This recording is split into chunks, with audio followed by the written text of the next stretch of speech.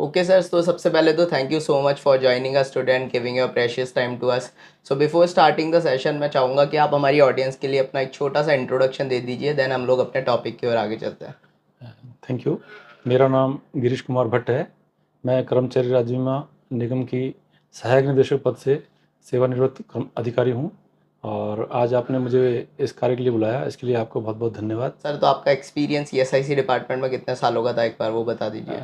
मैंने ईएसआई में करीबन 40 साल की सेवाएं दी हैं अपनी, और मैंने सभी पदों पर और सभी क्षेत्र में मैंने कार्य किया है, चाहे वो हित लाभ से संबंधित हो, चाहे इंस्पेक्शन से संबंधित हो, चाहे रीजनल ऑफिस में डिसीजन लेने से संबंधित हो। मैंने सभी क्षेत्र में अपना योगदान दिया है और मेरा अनुभव जो है ईएसआई के साथ में बहुत अच्छा रहा है। ओके सर, तो हम लोग अपने टॉपिक पे आते हैं। मेन जो हमने डिसाइड किया था दैट इज़ ESIC का अलग से कोटा होता है नीट की एग्जामिनेशन के अंदर। पहले तो इस बारे में अवेयरनेस ही लोगों को बहुत कम है, तो इसके बारे में थोड़ी अवेयरनेस दीजिए, देन हम लोग इसके एलिजिबिलिटी क्राइटेरिया वगैरह वो सारी चीज़ें आगे डिस्कस करेंगे। जी, मैं आपको बताऊं कि जो ईएसआई स्कीम है ये वर्ल्ड की लार्जेस्ट सोशल सिक्योरिटी स्कीम है, और इसके अंदर जहाँ बहुत सारे बेनिफिट दिए जाते हैं, वहाँ साथ साथ ही एक पिछले 10-12 सालों से एक योजना और स्टार्ट की है कि जो इसके बेनिफिशरीज हैं, जो आईपीज जिसे हम बोलते हैं, उनके लिए हमारे 9 तो मेडिकल कॉलेज हैं ईएसआई के, जो ईएसआई कॉर्पोरेशन खुद चलाती है। 2 गवर्नमेंट मेडिकल कॉलेज हैं जो स्टेट गवर्नमेंट के हैं, और एक जो है डेंटल कॉलेज है जो गुलबर्गा में है, वो ईएसआई कॉर्पोरेशन चला रही है। और एक बीएससी नर्सिंग कॉलेज है जिसके अंदर भी जो है बीएससी नर्सिंग कॉलेज के अंदर बीएससी के लिए हम जो है आईपी के जो बच्चे हैं, बेटा हो चाहे बेटी हो, उसके एडमिशन के लिए हमने प्रावधान किया हुआ है। इसके साथ ही बताऊं आपको, जो 9 मेडिकल कॉलेज और 2 प्राइवेट जो गवर्नमेंट मेडिकल कॉलेज हैं, उसमें टोटल 466 सीटें इस साल जो है आईपी वार्ड सर्टिफिकेट के अंतर्गत या आईपी कोटे के अंतर्गत भरी जानी है।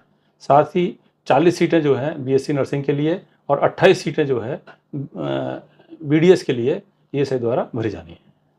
ओके, तो सर काफ़ी ज़्यादा सीटें हैं ये ऑब्वियसली, और अभी धीरे धीरे लोगों के अंदर जागरूकता इसके प्रति बढ़ती जा रही है धीरे धीरे। तो काफ़ी सारे डाउट्स हमारे पास में ऑन द रेगुलर बेसिस आते हैं, लाइक कि एलिजिबिलिटी क्राइटेरिया क्या है। सबसे पहले तो आप वही बता दीजिए कि कितने टाइम की सर्विस एक्चुअल में होनी चाहिए, कौन कौन एलिजिबल है उसमें अप्लाई करने के लिए।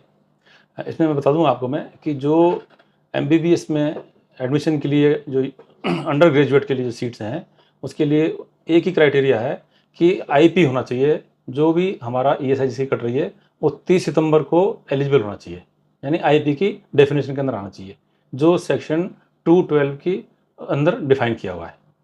तो आईपी का मतलब यह है कि उसकी ईएसआई 30 सितंबर को रजिस्टर्ड होना चाहिए और इसकी ईएसआई कटनी चाहिए। इसके अलावा ऐसा नहीं है कि 5 साल की सर्विस चाहिए या 2 साल की सर्विस चाहिए, 3 साल की सर्विस चाहिए। जिस साल में एडमिशन हो रहे हैं उस साल के प्रीसीडिंग ईयर के 30 सितंबर को उसकी एलिजिबिलिटी यानी ईएसआई कटी होनी चाहिए। ओके। साथ ही उसमें डिपेंडेंट जो है उसका बेटा या बेटी, जो बेटा है तो उसकी 21 साल से कम उम्र होनी चाहिए, बेटी यदि है तो उसके लिए कोई लिमिट नहीं है, एज लिमिट कोई नहीं है। साथ ही एक बेटा, 2 बेटा या 2 बेटियां यदि मान लो दे रही हैं तो उसमें कोई लिमिट नहीं है कि एक बच्चे को मिलेगा या एक बेटी को मिलेगा खाली या एक बेटे को मिलेगा, ऐसी कोई लिमिट नहीं है। जो भी उसके अंदर उनके डिपेंडेंट हैं, जो फैमिली में है और जो कार्ड के अंदर नाम है, उनका ही जो है वो अपना एडमिशन करा सकते हैं। काफ़ी सारे लोगों के ये भी डाउट्स आते हैं कि अगर वो खुद इंश्योर्ड पर्सन है, खुद आईपी है, तो उनके क्या सिस्टर छोटे मतलब छोटे भाई बहनों को भी इस चीज़ में बेनिफिट मिलेगा या नहीं मिलेगा उस चीज़ का। जो ईएसआई जो एक्ट है उसमें जो परिवार की परिभाषा है, उसके अंतर्गत भाई बहन या इसके इतर साले साली या इस तरह के कोई भी संबंध हैं, वो उसके डिपेंडेंट की कैटेगरी में या फैमिली कैटेगरी में नहीं आते, इसलिए वो इस योजना के अंतर्गत प्रवेश लेने के लिए पात्र नहीं है। Okay, that's great. तो ठीक है, एलिजिबिलिटी क्राइटेरिया यहाँ पे आपने बहुत अच्छे से डिफाइन कर ही दिया है। इसके बाद में हम लोग बात करें जो जो एलिजिबल है वो सभी लोग कैसे इसको अप्लाई कर सकते हैं। इसको प्रोसेस को लेके बहुत ज़्यादा कन्फ्यूजन है, और वीडियोस काफ़ी सारे अवेलेबल है नेट पे, बट कोई एक क्लियर कट आंसर नहीं है, इसलिए काफ़ी सारे क्वायरीज हमारे पास आ रही है। तो आप प्रोसेस डिफाइन करिए कि कैसे अप्लाई करें। जब नीट डिसाइड हो जाती है कि इस तारीख को नीट होना है, उससे पहले पहले ईएसआई की वेबसाइट जो है हमारी www.esic.gov.in, उस पर एक लिंक दिया हुआ है एडमिशन्स का। वहाँ जा कर के यदि हम देखेंगे तो उस पीरियड ही, उसी दौरान जब नीट के एडमिशन या नीट का जब एग्ज़ाम होने के लिए डेट डिसाइड होती है, उसी समय ईएसआई पे एक जो है सर्कुलर पब्लिश होता है, और उसमें बहुत सारी डिटेल जो है उसके अंदर दी होती है, और each and everything is clear, उसमें कोई कन्फ्यूजन नहीं है। जैसे इस साल में 24 अप्रैल 2024 को एक सर्कुलर इशू हुआ है जो ईएसआई की वेबसाइट पे अवेलेबल है एडमिशन वाले लिंक में, यदि आप उसको देखेंगे तो उसमें सब चीज़ क्लियर दी हुई है। उसके बावजूद मैं आपको बता दूं कि जो क्लोजिंग डेट है जो बच्चों के लिए क्राइटेरिया डेट डिसाइड करने की डेट है वो 10 अप्रैल 2024 है। 30 सितंबर 2023 को उसको आईपी होना जरूरी है। 30 सितंबर 2023 आईपी होने का मतलब यह है कि उससे पहले उसका रजिस्ट्रेशन ईएसआई पोर्टल पे होना चाहिए एज ए आईपी, और उसके साथ ही उसके बच्चों का रजिस्ट्रेशन भी उसके ईएसआई कार्ड पे होना आवश्यक है। उसकी डेट भी सेम ही है? उसकी डेट भी सेम ही है, वो तो जब Okay. आप रजिस्ट्रेशन करेंगे तो सेम Okay. रजिस्ट्रेशन वो भी हो जाएगा। Okay, got it. तो उसकी जो हम कट ऑफ डेट देखेंगे, जैसे बच्चे के लिए हमें 21 साल की उम्र देंगे, बेटी के लिए कोई लिमिट नहीं है, परंतु जो बच्चे की हमें कैलकुलेशन करनी है कि 21 साल कब देखने हैं, तो वो उसकी डेट जो है 10 अप्रैल 2024 है, जो कि नीट के लिए एप्लीकेशन सबमिट करने की क्लोजिंग डेट थी। ठीक है। उस डेट में ही जो है, उस डेट को हमने क्राइटेरिया लिया हुआ है। अब Okay. जब आपकी नीट हो जाएगी और जब नीट होने के बाद में उसका रिजल्ट आ जाएगा, तो जैसे आपने नीट के लिए अप्लाई कर दिया तो आपके पास में एडमिशन कार्ड का कॉपी आ जाती है, आपके पास में एडमिट कार्ड आ जाता है आपके पास में। तो जब ईएसआई के अंदर आपको अब ऑनलाइन सारी काम करना है, कहीं पे भी हार्ड कॉपी के अंदर कोई डॉक्यूमेंट आपको सबमिट नहीं करना है। नहीं। उसके लिए आपकी ईएसआई में जब लिंक खोलेंगे हम वही अपनी ईएसआई की वेबसाइट पे एडमिशन लिंक में, तो वहाँ पे आते हैं submit online application for UG admission under IP ward certificate quota. Okay.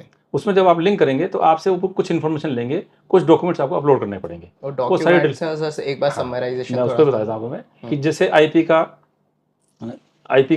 ई पहचान पत्र पहला डॉक्यूमेंट है, उसके साथ में उसकी खुद की फ़ोटो, मतलब आईपी की फ़ोटो, जो वार्ड है जिसके लिए हम एडमिशन चाह रहे हैं उसकी फ़ोटो, नीट का जो है जो उसने एडमिट कार्ड है उसकी फ़ोटोकॉपी अपलोड करनी है स्कैन करके। इसके अलावा उसकी 10वीं का मार्कशीट डेट ऑफ बर्थ के लिए, 12वीं की मार्कशीट उसकी जो उसने बीएस जो सीनियर सेकेंडरी की जिसने एग्जामिनेशन दिया है उसके लिए, प्लस कुछ एफिडेविट्स हैं। जो महिला यदि कैंडिडेट है, बेटी के लिए कर रहे हैं, तो 2 उसको एफिडेविट देने हैं, फॉर्म 4 नंबर में और फॉर्म 5 नंबर में, एनेक्जर 4 एंड एनेक्जर 5। इसके अलावा उसको यदि मान लो रिजर्व कैटेगरी है तो SC/ST का सर्टिफिकेट उसको अपलोड करना है। इसी तरह से और कोई डॉक्यूमेंट की इसमें रिक्वायरमेंट नहीं है ज़्यादा। और सारी की सारे डॉक्यूमेंट सॉफ्ट कॉपी स्कैन करके अपलोड करना है। ओके। तो इस तरीके से अप्लाई कर देंगे। तो इनकी जब काउंसलिंग होती है उसका क्या प्रोसेस रहता है, किस हिसाब से ईएसआईसी डिपार्टमेंट करता है, किसको जब देना है, आपने किसको? ऑनलाइन एक्सेप्ट कर दी अप्लाई कर दिया पोर्टल के थ्रू, तो आपको ऑनलाइन ही है, आपको सर्टिफिकेट आप मिल जाएगा, उसके आप प्रिंट डाउनलोड कर लीजिए, जो उसको बोलते हैं आईपी वार्ड सर्टिफिकेट। ओके। अब जब एडमिशन होंगे तो एडमिशन के लिए नोडल एजेंसी है director general of health DGH, उसकी वेबसाइट पे जाकर के एडमिशन होंगे। तो आपका एडमिशन और जनरल एडमिशन दोनों साथ साथ चलेंगे। ओके। आपको सिर्फ इतनी फैसिलिटी है कि आपने आईपी वार्ड सर्टिफिकेट लिया हुआ है, तो आपको जो ऑप्शन देने हैं वो अपने मेडिकल कॉलेज के देने हैं आपको। दो ऑप्शन 3 ऑप्शन जो भी आपको वेबसाइट अलाउ करती है DGHS की, उसमें आपको अपलोड करने हैं। जब आप उसको अपलोड कर देंगे तो आपके पास में काउंसलिंग के लिए कॉल आएगी और आपको अपने ओरिजिनल डॉक्यूमेंट के साथ में काउंसलिंग के लिए जाना है।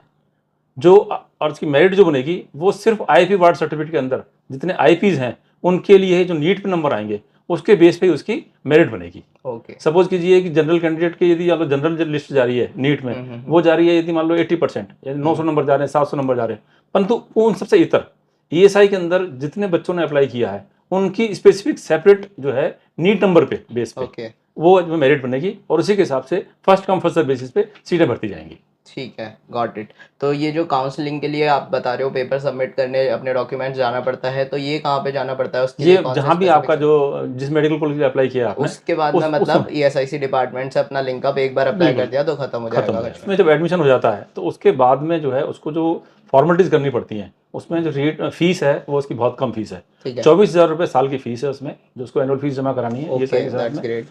प्लस उसका जो मेस चार्जेस है, यदि हॉस्टल में रहते हैं तो मेस चार्जेस एक्चुअल बेसिस पे है। इसके अलावा जो सिक्योरिटी मनी है वो 8,000 रुपये या 10,000 रुपये उसकी सिक्योरिटी मनी है, वो जमा करानी पड़ेगी। इवन आप जब इसको पूरा करके निकलेंगे तो आपने ये 1 साल या 2 साल का जो भी बॉन्ड भरा है वो आपको सर्विस ईएसआई हॉस्पिटल में ही देनी है। ओके। आपसे हम जब एडमिशन कराएंगे तो हम अभी इसका 1 साल का बॉन्ड भरवा रहे हैं। पहले हम 5 साल का भरवाते थे, उसके बाद 3 साल किया, अब 2 साल किया, अभी एग्जैक्टली जो है अभी 1 साल का बॉन्ड भरवा रहे हैं हम। और 1 साल जैसे आप कोर्स करके निकलेंगे तो आपको 1 साल की फुल वेजेस और फुल सैलरी के साथ में ईएसआई हॉस्पिटल के अंदर ही आपको अपनी सेवाएं देना पड़ेगा। ओके। ये भी प्रावधान ईएसआई जो प्रक्रिया है उसमें निर्धारित किया गया। ओके सर, इसके अलावा और कोई पॉइंट्स आप ऐड करना चाहोगे जो अभी मिस हो रहा है? बस इसके लिए मैं आपसे यही पॉइंट करना चाहूँगा कि जब भी उसका रजिस्ट्रेशन हो तो वो कम से कम अपने जो उसको ई पहचान कार्ड है उसमें अपने बच्चों के बारे में और खुद के बारे में पूरी जानकारी सही लिख ले उसके अंदर।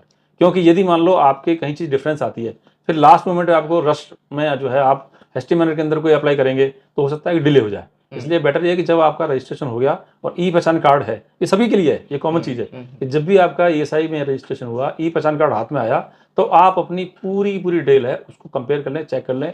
यदि कोई मिसमैच है या कोई गलत डाटा फीड हो गया है तो आपको इसको इमीडिएटली ठीक करवा लें। ओके। चाहे उसमें आपके आधार नंबर हो, चाहे डेट ऑफ बर्थ हो, चाहे जेंडर हो, चाहे एज हो, जो भी है उसको आप अपडेट करवा लें। ठीक है, ओके। और इस चीज़ में उनके एम्प्लॉयर ही कंपनी वालों के जो है वही हेल्प ये करने एम्प्लॉयर वाले की हैं। रेस्पॉन्सिबिलिटी है कि वो इशू करे कार्ड, और उस एम्प्लॉयर की ड्यूटी है कि उसको अपडेट करवाए। अपडेट करवाने के बाद में उसकी रिकमेंडेशन के साथ में वो हमारे कंसर्न ब्रांच ऑफिस में जाता है और कंसर्न ब्रांच ऑफिस उसको अप्रूव करने के बाद में वो अप्रूव हो जाती है।